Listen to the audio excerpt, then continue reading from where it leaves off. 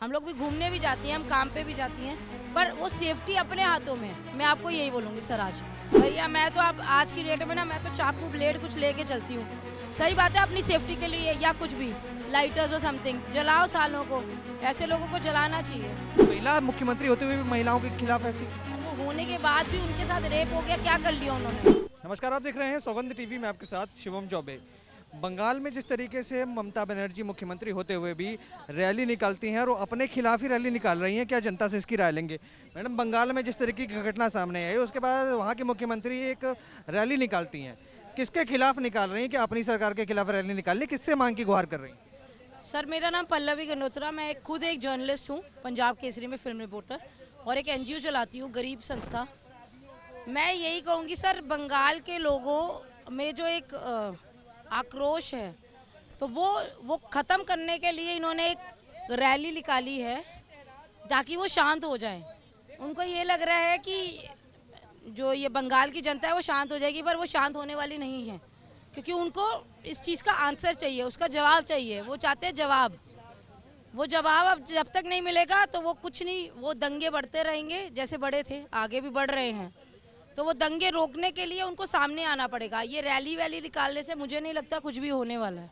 बंगाल में जिस तरीके से महिलाओं की स्थिति है, कहीं ना कहीं जब ये एक दुर्घटना भी हुई उसके बाद इसको रेप को भी आत्महत्या का रूप देने की कोशिश की गई। वहाँ पर खबरें ये भी सामने आई कि उस घटना स्थल पर तोड़फोड़ करके सबूत मिटाने की भी कोशिश की गई। क्या लगता है महिलाओं के प्रति इतनी असंवेदना है? नहीं नहीं, ऐसा कुछ नहीं है। वो ये करना चाह रहे हैं, वो दबाना चाह रहे हैं सिचुएशंस को।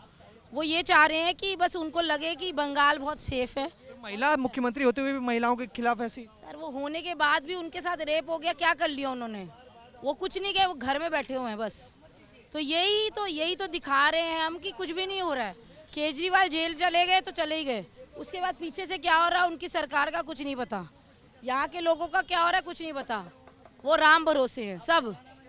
क्या लगता है जब इस तरीके से नेगलेक्ट किया जाएगा किसी चीज़ को, तो महिलाएं कैसे अपने आप को सुरक्षित महसूस करेंगी, कैसे काम करने जाएंगी? ये तो देश को पीछे ढकेलने की बात होगी कि महिलाओं को घर में रखो। पीछे नहीं हटेंगी मेरे हिसाब से। तो अगर हम जैसी महिलाएं जो काम कर रही हैं, अब हमारे भी पति हैं, सब अपना काम में व्यस्त रहते हैं। हम सुबह भी काम करके जाते हैं, शाम को आते हैं, रात को आते हैं तो खाना भी बनाते हैं।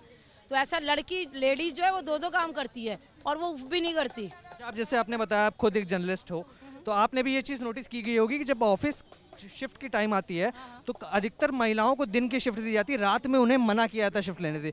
ये भय कब खत्म होगा इस देश के अंदर? सर ये दिल्ली में ही स्पेशली ये क्या हुआ है, अभी पीछे कुछ टाइम से आपने देखा होगा लगातार जो रेप्स हो रहे हैं ये नाइट शिफ्ट्स की वजह से। तो वो उसको रोकने के लिए इन्होंने एक प्रोत्साहन स्टार्ट किया है, और ये करने से फ़ायदा भी है सर।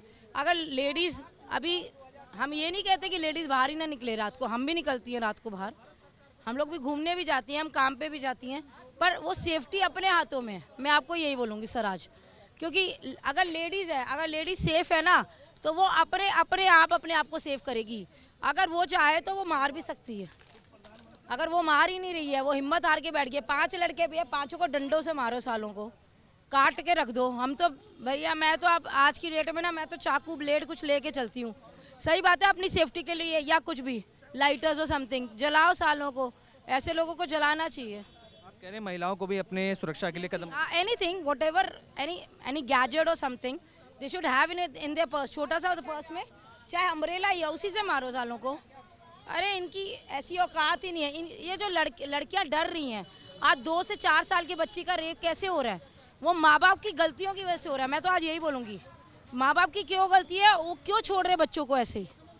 आजकल कोई सेफ्टी है, पता ही नहीं कौन कहाँ पे कौन रेपिस्ट बैठा हुआ है, चाहे वो लड़की हो चाहे वो दोनों के साथ हो रहा है। आजकल लड़कों के साथ भी गलत हो रहा है। क्या आपको लगता है कोई ऐसा कानून आना चाहिए, क्योंकि डर तो घटनाएं होती हैं, सजा मिलती है, उसके बाद दोबारा के जाने के बाद मैं खुद एक केजरीवाल की बहुत बड़ी फ़ैन क्या प्रवक्ता हूँ मैं। हम लोग अंडर कवर में रहते हैं सर के साथ। मैं उनके मेहरौली वाले में मतलब मैं मेहरौली रहती हूँ, तो मेहरौली वाले ऑफिस में मैं जाती रहती हूँ। तो सर अब ये है, मैं एनडीएमसी में जॉब कर रही हूँ सर, सरकारी जॉब। तो हमें हमें पूरी सेफ्टी है, हमें पूरे रूम्स मिले हुए हैं, हम लोग अपना रह सकते हैं, रात को भी सेफ्टी पर्पस है पूरा। तो ऐसा कुछ नहीं आप कुंडी मारो सो जाओ, ऐसा कुछ नहीं। हमें रूम्स वूम्स दिए हुए हैं इन्होंने। तो आज अगर लड़की ही आगे नहीं बढ़ेगी, आगे बढ़कर अपना अपना वो बचाव नहीं करेगी तो लड़का क्या कोई भी उसकी मदद नहीं कर सकता। जिस तरीके से देखा यहाँ महिलाओं की राय बंगाल की घटना को लेकर कहीं ना कहीं ये बताया गया कि सरकारें तो कहीं ना कहीं नकारा नजर आ रही हैं, पर महिलाओं को अपनी रक्षा के लिए खुद कदम उठाना चाहिए, अपनी सिक्योरिटी भी अपने हाथ रखनी चाहिए।